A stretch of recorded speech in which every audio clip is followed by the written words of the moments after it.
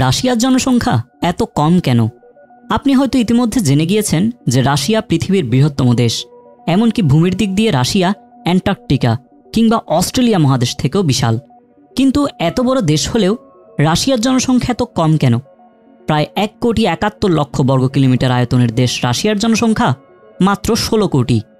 অথচ রাশিয়ার চেয়ে অনেক গুণ ছোট দেশ বাংলাদেশ, ইন্দোনেশিয়া কিংবা পাকিস্তানের জনসংখ্যাও এর চেয়ে বেশি। এর কারণ কি? কোনো দেশের বর্তমান জনসংখ্যা মূলত তার পূর্বের জনসংখ্যার ফলাফল। যদি কোনো দেশে বিংশ শতাব্দীতে বড় ধরনের জনসংখ্যা বিপর্যয় ঘটে, তাহলে তার রেশ সেই একবিংশ শতাব্দীতেও বয়ে বেড়াবে। রাশিয়ার ক্ষেত্রেও এমনটাই ঘটেছে। প্রথম বিশ্বযুদ্ধে রাশিয়ায় প্রায় 30 লক্ষ লোকের মৃত্যু ঘটেছিল, সেনাবাহিনী এবং সাধারণ জনগণ মিলিয়ে। ঠিক এরপরই রাশিয়া জড়িয়ে পড়ে গৃহযুদ্ধে।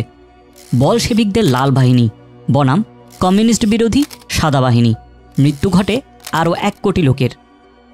লেনিনের পর ক্ষমতায় আসেন একনায়ক স্ট্যালিন। তিনি এসেই কৃষিজ দেশকে দ্রুত সময়ের মধ্যে একটি ইন্ডাস্ট্রিয়ালাইজড দেশে রূপ দেন।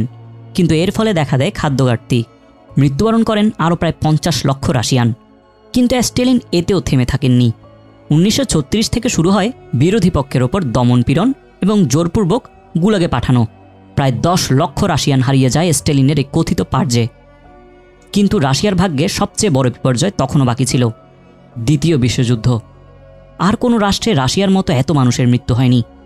27 মিলিয়ন অর্থাৎ প্রায় 2.5 কোটি রাশিয়ান প্রাণ হারিয়েছিলেন এই সর্বনাশা মহাযুদ্ধে।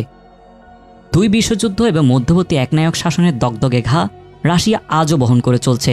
সে সময় সন্তান জন্মদানে সক্ষম সুস্থ পুরুষ ও নারীর একটা বড় অংশই বিলুপ্ত হয়ে যাওয়ায় জন্মহার কমে গিয়েছিল উল্লেখযোগ্য হারে।